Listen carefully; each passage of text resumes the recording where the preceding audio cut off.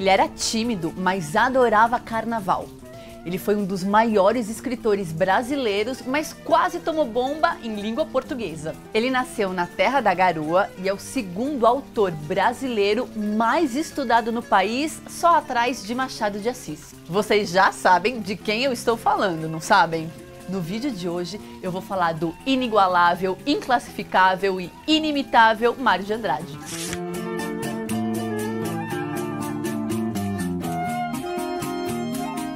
Existem diversas biografias sobre Mário de Andrade e muitos livros, teses, artigos, matérias de jornal sobre o que ele produziu, viveu e pensou. Eu usei como fonte principal a obra Em Busca da Alma Brasileira, biografia de Mário de Andrade, escrita pelo jornalista Jason Tércio e publicada em 2019. Eu também consultei outras fontes que eu falo ao longo do vídeo e quero deixar claro desde já que eu precisaria de uns 20 vídeos para dar conta da vida de Mário de Andrade. Mário de Andrade foi um paulistano da gema, mas ele repudiava qualquer tipo de bairrismo e dedicou praticamente toda a sua vida para destrinchar a cultura brasileira. Para isso, ele atuou em diversas frentes, como poeta, contista, romancista, cronista, jornalista, crítico de arte, musicólogo, colecionador, professor, fotógrafo, ícone da vanguarda modernista e também diretor do primeiro órgão de cultura do Brasil. Ufa, consegui falar tudo! Ele nutria uma verdadeira obsessão pelas expressões dos povos brasileiros e muita gente passou a conhecer maracatu, cordel, repente, bumba meu boi, samba de roda a partir dos estudos que ele fez. E o mais interessante é que muitas indagações que ele fez lá atrás continuam pertinentes até hoje. Mário Raul de Moraes Andrade nasceu no dia 9 de outubro de 1893, em uma casa com janelas amplas na rua Aurora, no centro da cidade de São Paulo. Por coincidência, essa mesmíssima rua Aurora, na década de 60, virou um polo efervescente do cinema marginal paulista. Mas isso é papo para outro vídeo, eu vou me ater ao Mário de Andrade, que já é bastante coisa. O seu pai, Carlos Augusto de Andrade, trabalhou principalmente como tipógrafo na área de impressão de alguns jornais da época e também como guarda-livros.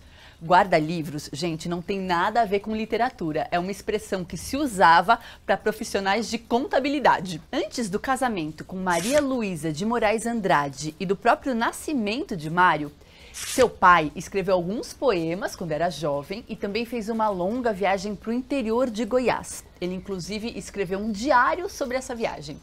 O biógrafo Jason Tércio diz que essa viagem pode ter influenciado o imaginário do pequeno Mário, que quando adulto faria também 2 longas viagens Brasil adentro. Depois da Rua Aurora, a família se mudou para o Largo do Paissandu, também no centro da cidade.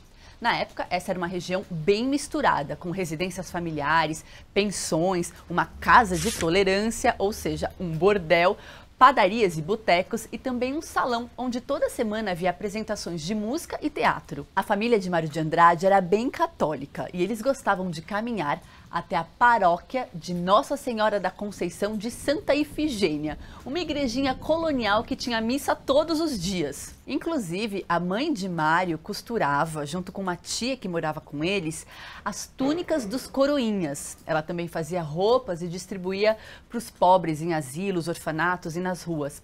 A infância de Mário de Andrade foi bem católica e a relação com o pai um tanto distante. Olha só o que o biógrafo diz. No conto autobiográfico O Peru de Natal, Mário acertaria as contas com a natureza cinzenta do pai, desprovido de qualquer lirismo.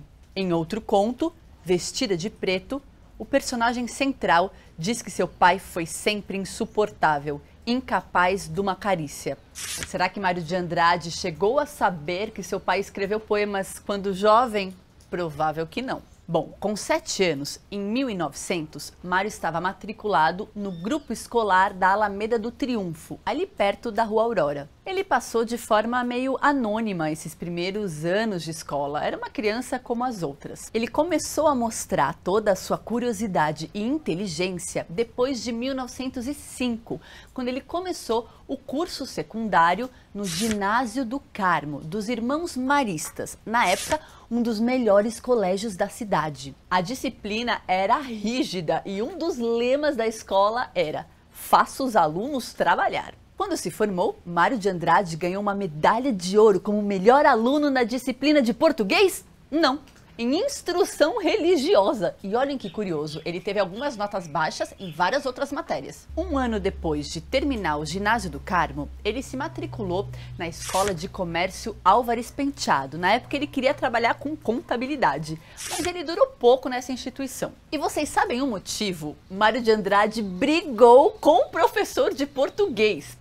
Esse tal professor de português nasceu de fato em Portugal e ele ensinava as normas lusitanas. Mário de Andrade parece que encrespou com isso, eles tiveram uma discussão sobre o uso dos pronomes e depois dessa briga o professor passou a ironizar e ridicularizar Mário de Andrade, que logo quis dar fora dali. Então ele foi estudar música e piano no Conservatório Dramático e Musical de São Paulo. Ele se matriculou lá por volta de 1911. Antes mesmo de se formar, ele já atuava como professor de piano. E só em 1917, quando já era um professor conhecido no meio musical, ele terminou a sua formação e pegou o diploma do conservatório. Mas nessa época, ele já tinha sido picado pela poesia e pela literatura. Já publicava críticas de arte em alguns jornais e revistas e no mesmo ano da sua formatura, em 1917, com 24 anos, ele publica o seu primeiro livro, Há uma gota de sangue em cada poema. Que título para uma primeira obra, hein? São Paulo o viu primeiro. Foi em 93. Nasceu acompanhado daquela estragosa sensibilidade que deprime os seres e prejudica as existências, medroso e humilde. E, para a publicação destes poemas, sentiu-se mais medroso e mais humilde que ao nascer. 2 pontos me chamam a atenção nesse trecho. Primeiro, a ironia que Mário de Andrade tanto explorou em seus escritos. E também essa ideia da estragosa sensibilidade que deprime os seres. Me parece que ele está falando da sensibilidade dos artistas, que muitas vezes olham para a realidade através de filtros diferentes. E, diante das enormes complexidades do mundo, podem até se deprimir e viver uma vida com menos paz do que aqueles que explicam a realidade de forma mais simplista. Deste momento em diante, sua atividade como poeta, escritor e também músico só cresceu. Em 1922, ano da famosa Semana de Arte Moderna, ele era professor de música e de estética no Conservatório Dramático e Musical de São Paulo, e este ano é também o da publicação de Paulicéia Desvairada, livro super importante de poesia modernista. Olha, gente, e esse livro foi polêmico. É uma obra cheia de farpas e faíscas. Suas palavras são como flechas penetrantes no corpo de uma sociedade que ele julgava decadente, sempre copiando o que vinha da Europa. O livro levou muita bordoada e nessa época Mário de Andrade já era obcecado pelas expressões populares brasileiras e queria pensar o projeto de uma cultura verdadeiramente nacional. O crítico literário Antônio Cândido disse que Mário de Andrade queria arrancar a cultura dos grupos privilegiados para transformá-la em fator de humanização da maioria. Esse verbo arrancar ajuda a compreender o tom de Paulicéia Desvairada. O próprio Mário de Andrade, tempos depois, ponderou. Em uma carta endereçada ao poeta Manuel Bandeira, em 1924, ele disse o seguinte: há exageros na minha obra. Trata-se de uma época toda especial da minha vida. Paulicéia é a cristalização de 20 meses de dúvidas, de sofrimentos, de cóleras. É uma bomba. Arrebentou. Toda bomba arrebenta com estrépitos e excessos de liberdade. Meu mal, se mal houver nisso, foi não corrigir-lhe o que tinha de excessivo barulho e excessiva liberdade construtiva. Depois da Semana de 22, ele colaborou intensamente com a revista Claxon e acabou ganhando fama de pioneiro do movimento modernista. Em 1925, ele publica A Escrava que Não é Isaura, oferecido a Oswald de Andrade. Mário e Oswald foram muito amigos durante um tempo, mas brigaram depois. Oswald tentou fazer as pazes com Mário, mas por conta de coisas que ele disse durante o período de afastamento, Mário não topou essa reaproximação. Pois é, gente, o mundo dos artistas tá cheio de picuinha, fofocas e brigas. E fica o recado, quando você brigar com algum amigo ou amiga, não sai falando mal da pessoa por aí, porque depois você pode se arrepender, bate as saudades e a pessoa pode não querer ser seu amigo novamente. E olha, acho que você também pode se arrepender de não se inscrever nesse canal. Aqui é o canal da Editora Antofágica. A gente fala de livros, filmes, séries, histórias e muito mais. Já aproveita e ativa o sininho de notificação que vai te avisar quando tem vídeo novo e dá o joinha que é VaptVupt. Bom, durante toda a sua vida, Mário de Andrade escreveu muitas e muitas cartas. Ele se correspondeu com diversas personalidades da sua época. Essas cartas são um material riquíssimo para a gente o conhecer um pouquinho mais de perto. No livro Mário de Andrade por ele mesmo estão várias correspondências que ele trocou com seu amigo Paulo Duarte. Em uma delas, datada de 1931, o autor fala de algo que faz sentido até hoje: a falta de apoio aos novos artistas. Nem editores, nem jornais queriam publicar Mário de Andrade. O primeiro jornal a aceitar foi o Estado de São Paulo, mas somente muito tempo depois da primeira tentativa. Durante muitos anos, os seus livros foram recusados por editores e bancados por ele mesmo e por amigos. Mário conversava, insistia, apelava para a admiração dos amigos e de conhecidos ali em torno. Ele reclamou disso, dizendo: "A vida do Brasil é assim, feita de camaradagem de presença." Além de sua incrível obra artística e intelectual, ele também deixou um legado como servidor público. Ele é considerado o primeiro secretário de Cultura do Brasil, por ter participado da criação e dirigido o Departamento de Cultura de São Paulo, em 1935, na gestão de Fábio Prado. O livro Mário de Andrade, Me Esqueci Completamente de Mim, Sou um Departamento de Cultura, que é uma frase dele próprio, traz um relato daquele período através de documentos, cartas, relatórios e fotos. Os organizadores são Carlos Augusto Calil e Flávio Rodrigo Penteado. Eles dizem que Mário de Andrade deixou de lado vários dos seus projetos pessoais para se dedicar ao trabalho de servidor público, poder realizar esse trabalho com excelência. Ele julgava isso um grande dever. Os autores também contam que mesmo na hora de justificar gastos e fazer relatórios super burocráticos, ele não deixava de ser um grande escritor.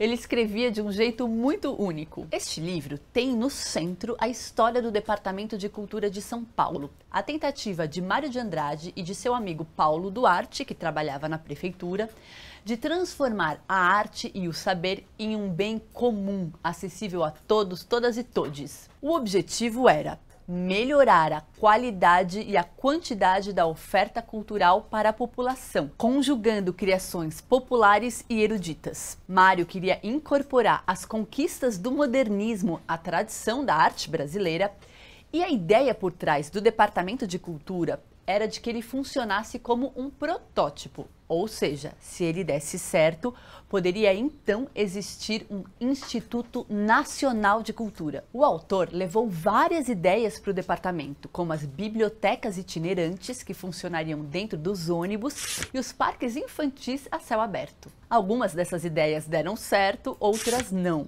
mas o fato é que ele se preocupava muito com a oferta de lazer e cultura em São Paulo, uma cidade tão movida a trabalho. E uma das ações mais marcantes do departamento aconteceu em fevereiro de 1938, quando Mário de Andrade idealizou e realizou a Missão de Pesquisas Folclóricas. Ele juntou um arquiteto, um técnico de som e um assistente, conseguiu verba do departamento e realizou uma viagem com o objetivo de documentar e fotografar as manifestações populares dos estados do Norte e Nordeste. Alguns registros se perderam, mas boa parte desse material está disponível na Discoteca Pública de São Paulo, que fica no Centro Cultural São Paulo. Mas aí chegou a ditadura do Estado Novo e Mário de Andrade foi expulso do Departamento de Cultura.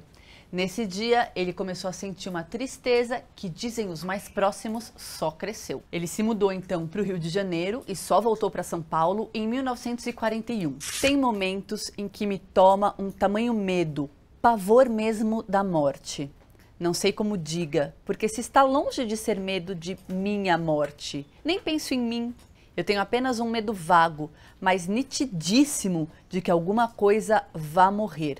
E com isso estou vivendo uma vida miserável, em que tudo sai ruim.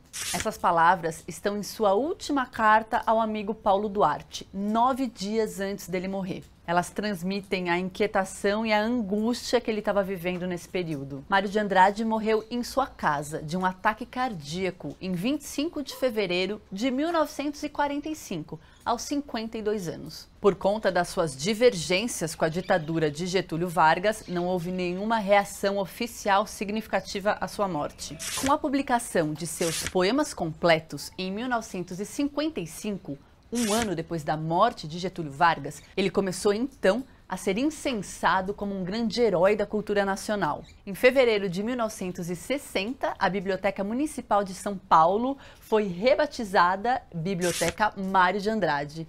E esse eu acho um dos lugares mais especiais da cidade de São Paulo. Se você mora aqui, você tem que conhecer. E se você é de fora, quando vier a São Paulo, dá uma passadinha. A Casa Mário de Andrade também pode ser visitada. Ela fica no bairro da Barra Funda e foi onde ele escreveu a maior parte das suas obras. O biógrafo Jason Tércio diz que Mário de Andrade sempre foi um enigma para aqueles que o conheceram e também para si próprio. Ousado e tímido, recatado e escandaloso, confessional e comedido, modesto e vaidoso, singular e plural. Um caso único na cultura brasileira. Eu espero que esse vídeo sirva como um convite para você desbravar a obra desse imenso autor. E também que ele ajude a gente a nutrir dentro de nós esse espírito inquieto e apaixonado de Mário de Andrade pela cultura brasileira. Mário de Andrade acreditava no país, não de um jeito simplista e tirano, passando por cima das nossas diferenças, mas muito pelo contrário, exaltando a diversidade e a riqueza dos diversos povos desse país. E tendo sempre em vista que a arte e a cultura são fundamentais tanto para o coletivo quanto para o indivíduo. Me conta aqui embaixo se você gostou do vídeo. Eu te vejo na próxima quinta-feira novamente. Um beijo e até lá!